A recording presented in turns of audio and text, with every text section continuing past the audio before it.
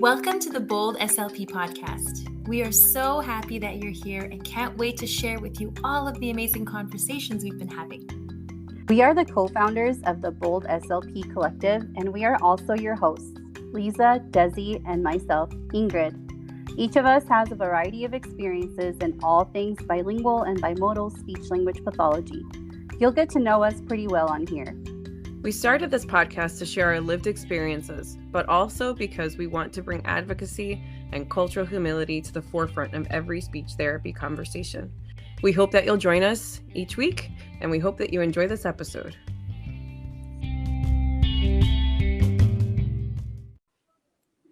Hi there, this is Ingrid, and I'm so excited for today's episode. It is our second episode of the Bold SLP podcast, and I am thrilled to be talking to Liza. She is one of our co-founders, and she is the sweetest person. So I want to introduce you to her with episode 2, Opening Doors into a New World with Liza. Liza, how's it going? Hey, it's going really well. Thank you for that sweet intro. I'm going to get right into it because I have just so much to tell you. Okay, we'll start with my childhood. So my parents are Sri Lankan, and I was born in Canada. They came here as refugees in the 80s, and they really had to start from scratch. Home, I heard a lot of Tamil, some Sinhalese, some English. It was all mixed together. And this is what I heard most of the time, was a mix of Tamil, English, and Sinhalese.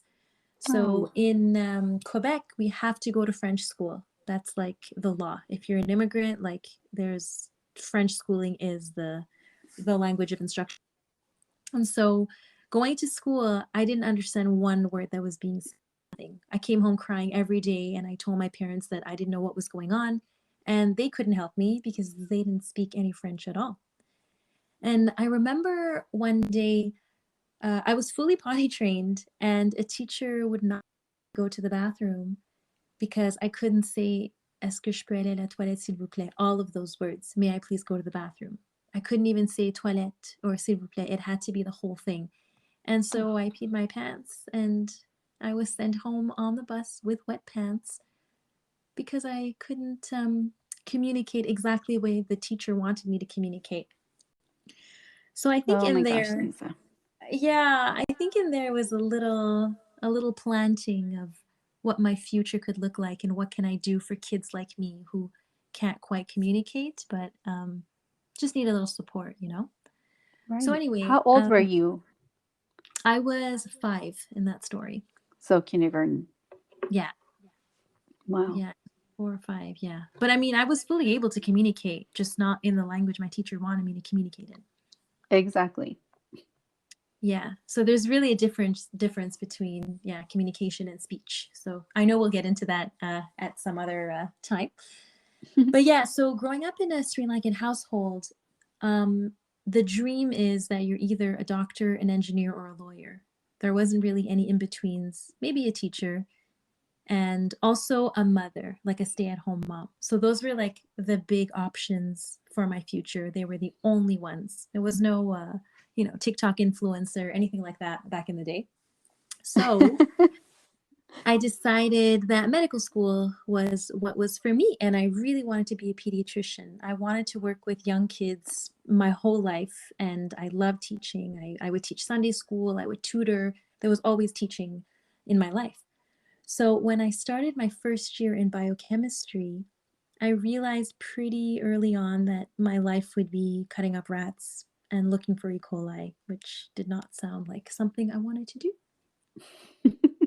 So I decided to move to the education field, and it was a hard switch. I mean, the guidance counselors were not for it, and I kept being reminded of how lucky I was to be in this university and how many students want to be in pre-med, want to be in biochem, but I really didn't care because I knew that it wasn't for me, and that wasn't going to be like a happy future for me. Me and the rats, it just wasn't going to work out. Exactly. So I switched over into education, and that was the first time I realized that school could be easy. Just when you're learning something that you love and that you're passionate about, it's like everything changes. The words come alive, like what teachers say start to make sense. You don't have to just blindly memorize PowerPoints. Like it was a real shift just in in the way I was learning. So learning a lot about myself. Did you have to start over when you switched from biochemistry to education? I did actually. I had to apply as a independent student. I didn't apply as a transfer student because here, like if you have a very low GPA, you have almost no options for what program you want to get into. So I just had to start from scratch as though I had come directly from CEGEP. Wow. Yeah, you have to find a way around it because I feel like some of these systems that are in place are just to help the elite students, not the ones that struggle or the ones that are kind of in the wrong place, you know? And I know what CJEP is because we've talked about it before, but for our listeners, what is CJEP? It is the 2 years that you need to do in order to get into university here in Quebec. So we have elementary school from kindergarten to grade 6. We have no middle school. It's straight to high school, 7 to grade 11. And then you have 2 years of CEGEP. So I guess grades 12 and 13, you would call it. And then it's university. And when we get into university, we have credits from CEGEP that we can take with us, depending on the program that we go into. So we can potentially do a 4-year program in 3 years because of CEGEP. Right. So you had to start from scratch. And then Yeah. how did that lead you to SLP? So I became a teacher and I was fascinated with these complex cases that teachers would just toss aside or kick them out of class or whatever they would do with the students that they couldn't work with. So they ended up at this option school where I was teaching. So I would have these very small classes of like 6 to 12 students max, and they had all been kicked out of their various high schools. Some for drugs, some for behavior, some for like intellectual difficulties, for a variety of reasons. But I loved teaching them, and I honestly found it easier than teaching a group of 30 at a quote unquote regular school. I mean, getting to know their learning styles, repeating things, saying things in a different way from what the textbooks were saying, like it was also fascinating to me and I loved it. So I really thought like teaching was the way to go for me. But these specific students were the ones I wanted to stay with. And I wondered if there was something more I can study to help them. So one day, on a bright Sunday morning, I went to visit a new church. And when I walked in, there was a young boy sweeping the floor, like way in the back. And I noticed him. And he'll come back in the story later. So someone on the worship team invited me to join the youth group. So I was around 18 or 19 at this point. So I went to their youth group on Friday night. And when I came in, I was clearly late. Everybody was already in their seats and like the worship had started and, you know, everybody was singing. And this young man that had been sweeping the Sunday before was sitting in the center of the group and there was a chair right next to him. So I thought, ooh, I can go sit next to him. So I go over and I sit down and I look at him and he waves at me and I wave back and I asked him, what time does this thing start at? And he just looked at me and he pointed to his ears and made a kind of gesture and didn't respond. So then I asked him again, what time does this thing start at? And again, he pointed to his ears and did a few more gestures. And I really didn't know what was going on. So then I said it even louder. What time does this thing start at? Just assuming that he couldn't hear me because of the loud music around. And he took out a piece of paper and he wrote, I'm deaf. And he passed it to me. And I was so mortified that I had just yelled at a deaf person.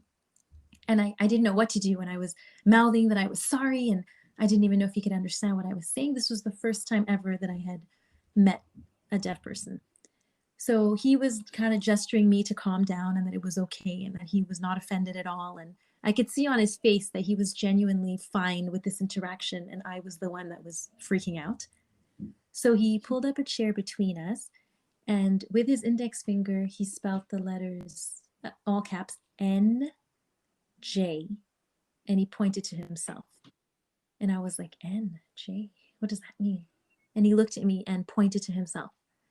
And I was like, oh, NJ, that's your name. And he nodded his head, yeah. And then he like pulled my finger and put it on the chair. And he was so clearly communicating what's your name? So I thought, oh my goodness. So I spelled Liza. And then he re-spelt it like over, my air letters on the chair. And he was like, Isa. And I was like, Lisa, yes. So we had introduced each other through this chair. And I was in his deaf world all of a sudden because he showed me how to communicate with him. And my whole trajectory changed at this point. This is the world I wanted to be in, a world where like people can communicate through chairs. People who could not communicate before now make it work, I love that. That's amazing. So I went home that night and I memorized the ASL alphabet and I started spelling every single thing. So like H-I, hi, H-O-W, how, A-R-E, R, Y-O-U, you. Like I thought sign language was just a series of spelling words. So I would spell and spell and spell and spell. And, he would put my hands down after I would spell like a whole sentence. And then he would sign to me the sentence.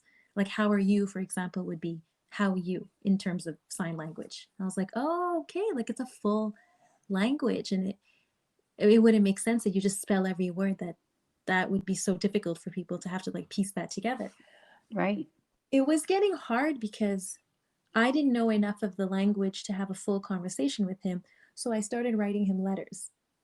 But little by little, I'm like building my, AAC practice that I had never heard of yet, but, the chair, the written component. Anyway, so I write him, hi, my name's Lisa. I'm 19 years old. I introduce myself completely. And then he writes me back. And his grammar is so different from mine. Right. Like school I go. And so then I'm realizing, oh, the ASL grammar is different from English grammar. And so just learning all about his language was so fascinating to me. And there was a small part of me that was thinking like, oh, should I teach him like how you're quote unquote supposed to write or like where the words go? But then I realized when reading his letters, if I signed them, they all made sense. Like if I read the letter and then did it in sign language, it was perfect ASL. So it was really, really incredible. That is really interesting. I never got into ASL. I didn't know I could take ASL in college, so I went for French, and now I really wish I would have, but it would have helped me a lot more than French. Well, I mean, if you were in Quebec, French would have been really crucial. But actually, in my program in the US, which I'm going to get to now, ASL was a prerequisite to get into the program. Oh, wow. We've got to make an episode about these programs. They're all so different. And how do you know where to go? And it's like the lottery of which program you land in without knowing. I know. Oh my goodness, yeah. And learning about your program too was just so much fun. I'm wondering if I'm mistaking like maybe the language credit and ASL being like an acceptable language credit, but I know that I believe it is. I know that it is, but I'm just wondering if it was a language credit that was needed or an ASL language credit.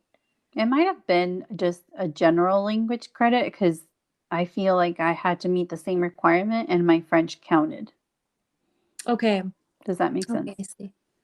Well, yeah, so I'm, getting more and more proficient in sign language. He actually, after a while, brought me to the Mackay Center, which is a school for the deaf here in Montreal. And that was very fun. So all the teachers were deaf and you're just immersed in the culture right off the bat.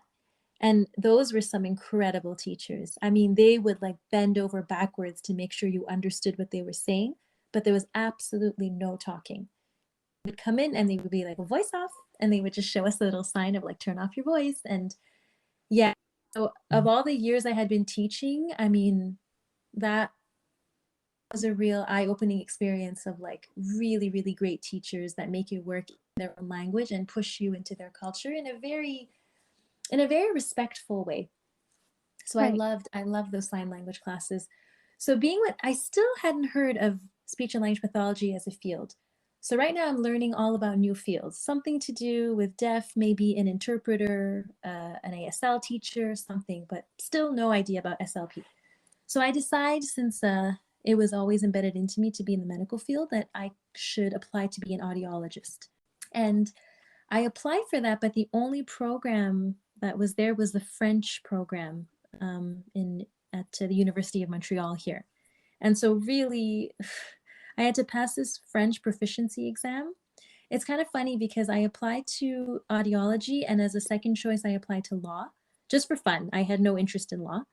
And I had to pass a French proficiency exam, and you had to get a certain grade on the French exam to qualify medical programs. And I didn't qualify for any medical program because of my grade, but I qualified for law. So I got into law, not into audiology. But yeah, there was no way I was going to pass learning law in French. There was just no way. I mean, I would barely be able to pass it in English. So that was kind of sad. And when I was at my gospel choir rehearsal, we have these small groups, and we chat a little bit between rehearsal. And they were all praying for me and hoping that I would get into the program. And I had told them that I didn't get in because of my French proficiency exam. And one of them said, "I don't even know why you applied to audiology. Honestly, you seem more like a speech pathologist." And I was like, "What is that?" And she's like, "Oh, my sister's a speech therapist. Like, you should go talk to her." So yeah, it's interchangeable. Sometimes they say speech and language pathologist. Sometimes they say speech therapist. So for now, I'll just say SLP. Yeah. So she sent me over to her sister. They were twins, actually. And they were actually coda twins. So both of their parents were deaf. So they had a wonderful story, and they were just lovely human beings. But anyway, so I went over to her twin sister, and sure enough, she was a speech therapist. She had gone to Plattsburgh, so she told me all about her school and the amazing professors. And I was like, let me apply. And I was so close to the application deadline. I think I had a day or two to get all of my stuff in order and my paperwork as a Canadian citizen. And yeah, and I just made it, and I got in. Oh my gosh. Yeah, It was meant to be. It was meant to, honestly, it was so meant to be. And like in honor of them and my amazing Montreal Gospel Choir, I as soon as I got to Plattsburgh, I auditioned for the Plattsburgh State Gospel Choir, and that's where I met my husband. So really, it was really, really meant to be. Oh, and that's in New York, right? Yes, it's in New York. It borders Montreal, so Plattsburgh and Montreal. You can just drive close to Vermont, if you know where that is. Right. Yeah. Oh, that's amazing. Yeah. And the professors were incredible. I mean, they really cared about us. They really cared about our learning styles. Again, school was like a joy. I understood all the material. This was new, right? Because I know in biochemistry, and then way before that as a child, learning everything in French. I mean, I was so used to being kind of half lost in school. And now everything was just making sense, coming together. A lot of my experiences with the deaf community was, falling in line with what I was learning in school. We had a clinic right on campus, so we saw clients like right from our first semesters. I did too. And I don't know if that's the norm in other programs, but I think it might be. I mean, we have such a short time to get our 400 hours. I don't think so, Ingrid. I'm hearing in schools over here that they don't have associated clinics. I mean, they have a lot of placements that they put their students in, which all of us have to go to anyway. But Right. not all of them have on-campus clinics. And like Oh. you get this green folder when you start, and you don't know what case you're going to get. So you could be like sent to the Alzheimer's group, or you can have like a one-on-one client with some articulation difficulty. Like you never know which one you're going to get. And it's fun because sometimes you get a case that has to do with a course that you're only going to take in second year. So to me, that is real life experience, because especially with working in private practice, you'll get cases that you know nothing about, and you have to hurry up and learn about it before, the webinar comes out next year. Right. That's amazing. Yeah, we had both. We had clinic on campus and then off campus placements as well. Yeah, that's what we had. That's more of that what I was saying. Like we don't have any uniformity across programs. And I guess that could be a good thing because we all are kind of different clinicians and different people and need different learning experiences. But maybe your grad programs need to do a better job at kind of advertising themselves. Yeah, and I understand what you mean about people learning differently, but I think it's really crucial to have access to patience for the students right off the bat. I mean, I the, agree. I mean, that's what I had. Maybe yeah, I'm because biased. lectures can only take you so far. I mean, you can get 100% on all of your exams and still not know how to interact with a client. Yeah, all the people who like reach out to me and they're unsure about starting, I'm like, I went in and I was taking intro to CSD at the same time that I was taking Neuro 1 and treating a patient Yeah. Oh, because I yeah. was coming out from outside the field. So, Yeah. I remember having a client with apraxia who was, I think she was 85 years old. And she was just the sweetest woman. And I did not know what to do with her when I started. And yeah, by week 2, my supervisor really worked with me and showed me some articles that I was only going to learn about in the following year, in the second year. right. And it went so smoothly. And it actually made the course so much easier knowing that I had that client that I can always talk about and explain to the class. It was, yeah, it was really, really nice. You There had was something to refer back to. yeah, exactly. There was something that you had mentioned in your story actually about just linguistic diversity and feeling, not quite Mexican or not quite American, or Right. maybe you were fully feeling Mexican, but you also have that American identity. Right.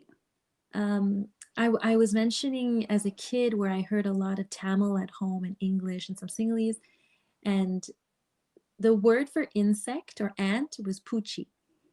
Okay, Oh, so whenever like an ant or like a cockroach would pass by, I would hear like poochie poochie poochie. Like, so I heard that in the house. Okay, so that to me was the word for insect, any type of insect, a spider, a cockroach, an ant, anything.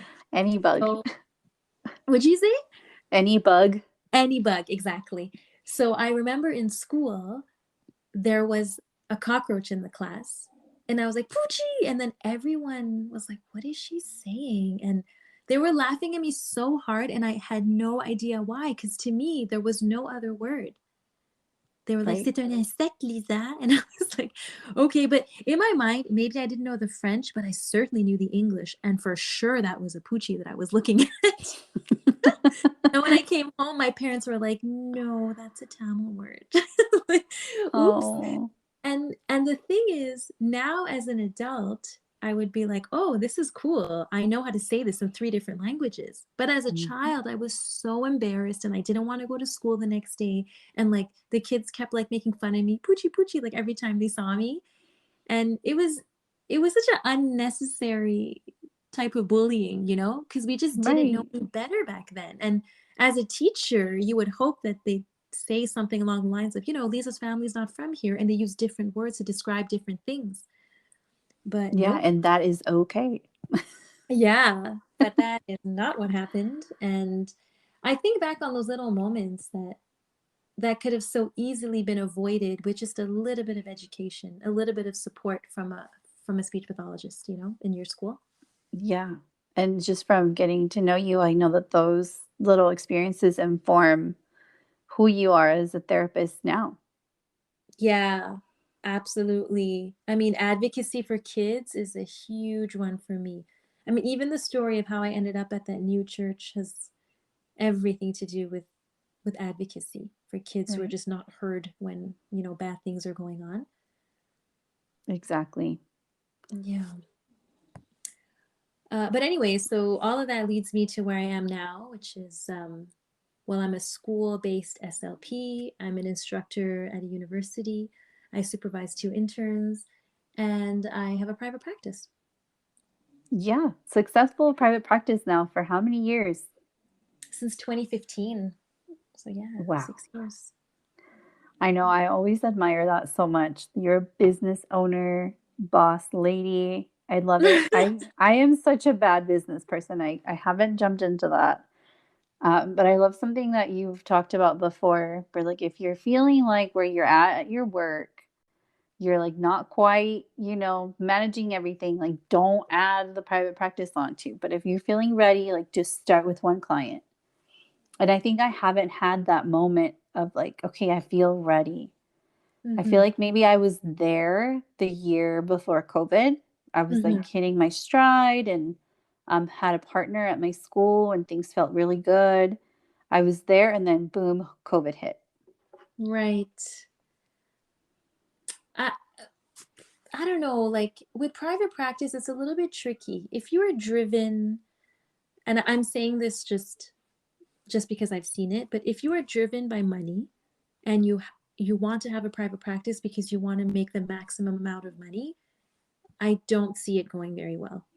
Right. Like you really need to have a passion for these families, for this kind of work, because it is a lot of work.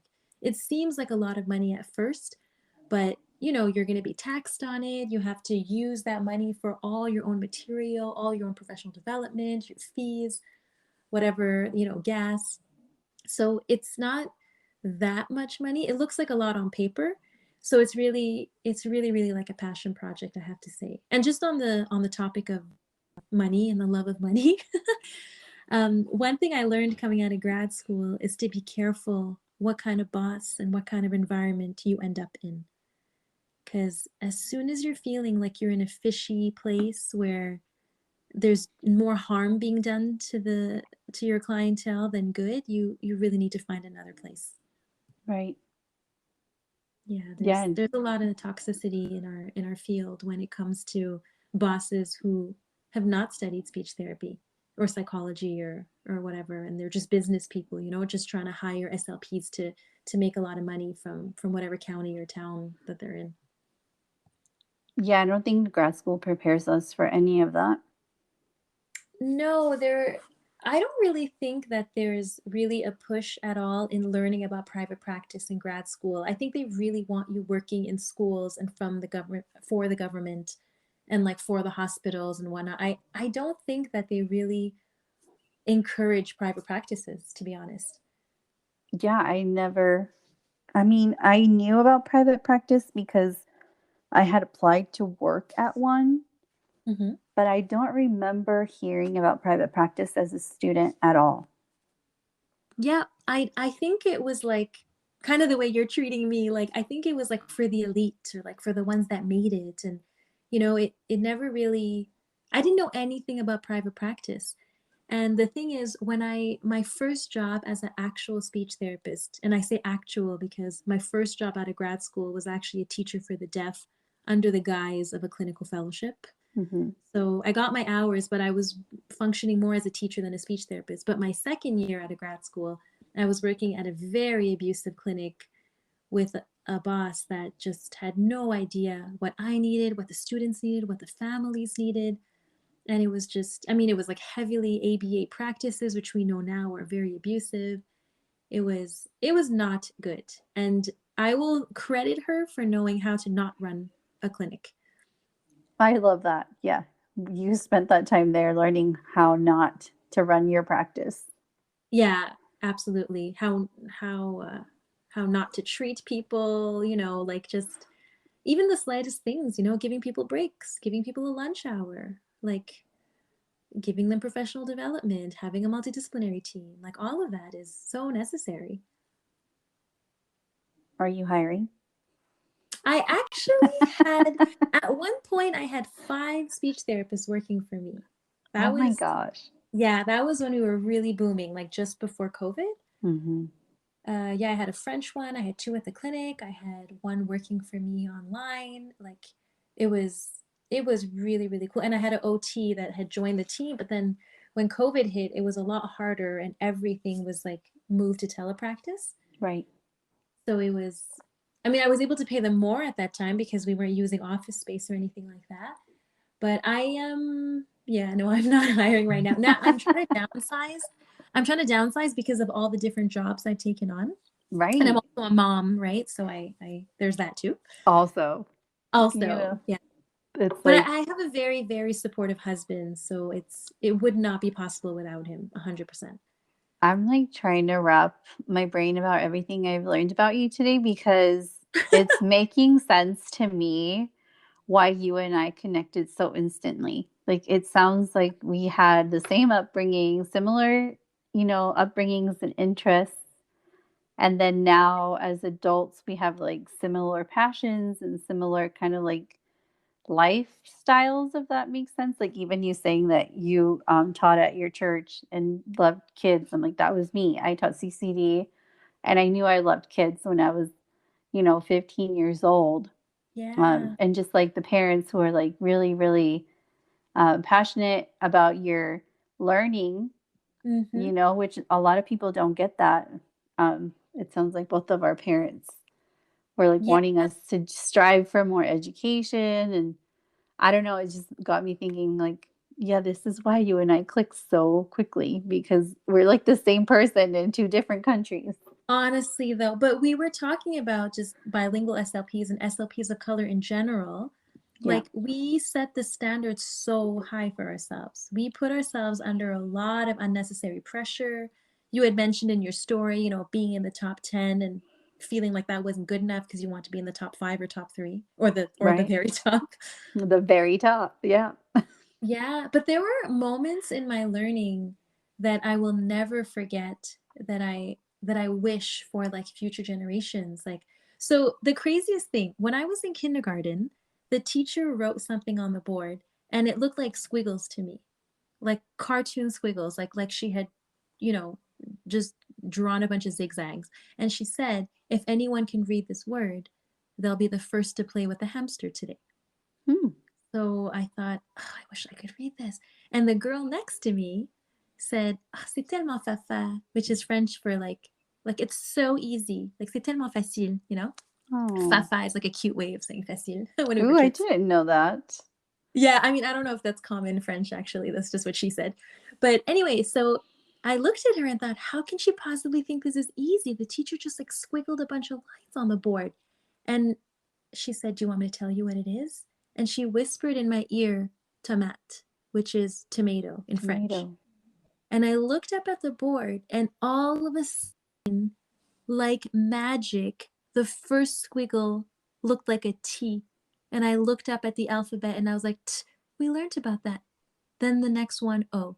Then like the M, we had like all of it just like came to life. And since that moment, I was able to read. Oh, but that is such a beautiful memory. Right, but I teach it all the time in my phonological awareness course with teachers. I always go back to that story because there's that moment where children can connect the letters to the sounds and blend them. But until that moment hits, they're not readers yet. Right. They're just kids who know the alphabet or kids who know letter sound association. But in all the ways my teacher tried to teach me, all I needed was just a gentle whisper in my ear telling me what the word was without any kind of pressure, and then it just came together. So if we can like figure out what style each child needs to get it to click, like wouldn't that be amazing? Yes. I love that story, and I love that we are ending on that note. I think that sums up everything that I know about you. I think so. I think it's perfect. Oh, you just needed that little bit of whisper and everything kind of became clear. And then you probably started writing 20 million words after that. That'll be for another time. Right. Oh, Liza, thank you so much for sharing your story. Yeah, thank you for letting me tell it. This was really fun. Yeah, I love getting to know you. I knew once we got to know each other like this, and I can't wait to hear Desi's episode, that it would all make sense, like the kind of clinicians we are, the kind of friends we are, and the kind of moms we are. Like, I feel like it all kind of comes together. And I love that we're doing this for the first few installments of our podcast, because I feel like if people don't know who we are, they don't know where we come from, then kind of what we say may not connect or click or make sense. So I think this is really important as we move forward with this project. Yeah, I agree. Well, thank you, Liza. Thank you, Ingrid.